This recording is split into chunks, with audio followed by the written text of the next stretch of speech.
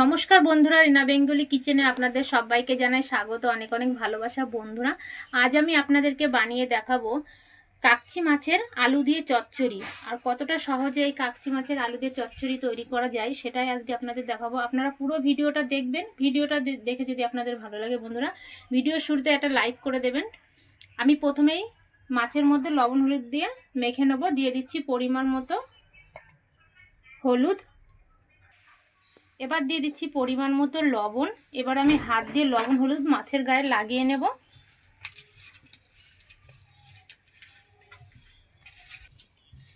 লবণ হলুদ মাছের গায়ে খুব ভালো করে লাগিয়ে নিয়েছি। এবার মাছটাকে আমি সাইড করে রেখে দিচ্ছি।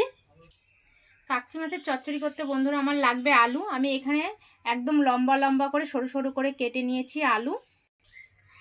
এখানে কিছু মশলা বেটে নিয়েছি বন্ধুরা। এখানে আছে কাঁচা লঙ্কা, পাকা লঙ্কা বাটা, এখানে আছে জিরে বাটা, আছে আদা বাটা, রসুন বাটা, আছে পেঁয়াজ বাটা। গ্যাস ধরিয়ে কড়াই বসিয়ে দিয়েছি। কড়াই গরম করে নেব। কড়াই গরম হয়ে গেছে। কড়াইয়ে দিয়ে দিচ্ছি আমি সর্ষের তেল। পরিমাণ মতো দিয়ে দিয়েছি সর্ষের তেল। এবার আমি মাছগুলো প্রথমেই ভেজে নেব। তেল গরম হয়ে গেছে। এবার আমি তেলের মধ্যে দিয়ে দিচ্ছি মাছগুলো সাজিয়ে দিয়েছি। উল্টে পাল্টে মাছগুলোকে আমি ভেজে নেব লালচে করে। মাছগুলো ভাজা হয়ে গেছে। এবার আমি তুলে নিচ্ছি। আর এই মাছটা কিন্তু বন্ধুরা আমরা কাকচি মায়া বলেই চিনি। আপনারা কে কী নামে চেনেন আমাকে একটু কমেন্ট করে জানাবেন। মাছগুলো সব তুলে নিয়েছি। এবার আমি এই তেলেই আলুগুলো ভেজে নেব। দিয়ে দিচ্ছি তেলের মধ্যে আলু।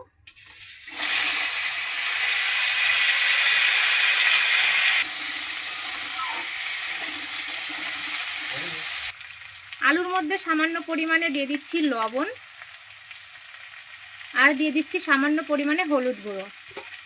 আলুর সঙ্গে কিন্তু লবণ হলুদ মিশিয়ে নেব। আর আলুগুলো একটু লাল লাল করে ভেজে নেব।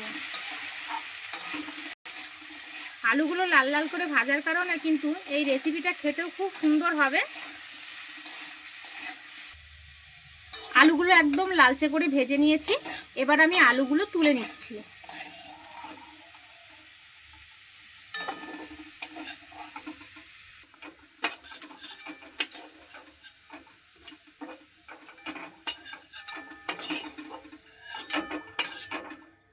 আলুগুলো সব তুলে নিয়েছি।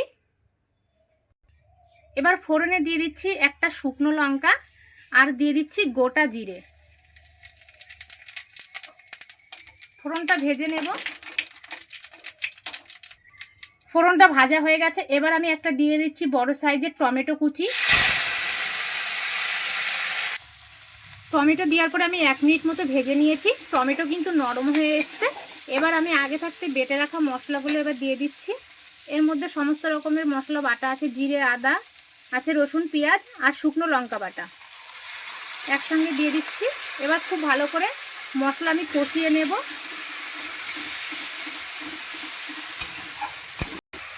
এবার আমি দিয়ে দিচ্ছি স্বাদ মতো লবণ, আর দিয়ে দিচ্ছি পরিমাণ মতো হলুদ গুঁড়ো।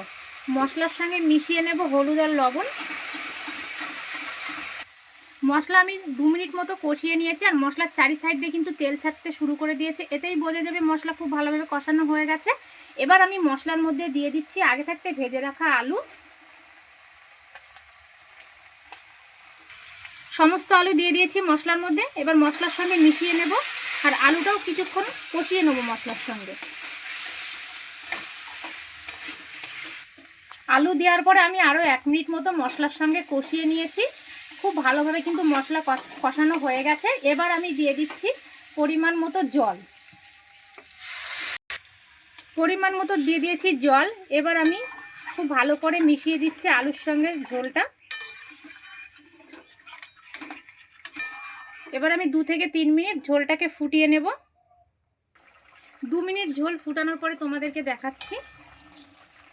মিনিট ঝোলটাকে ফুটানোর পরে দেখাচ্ছি। এবার কিন্তু আমি মাছগুলো ঝোলের মধ্যে দিয়ে দিচ্ছি।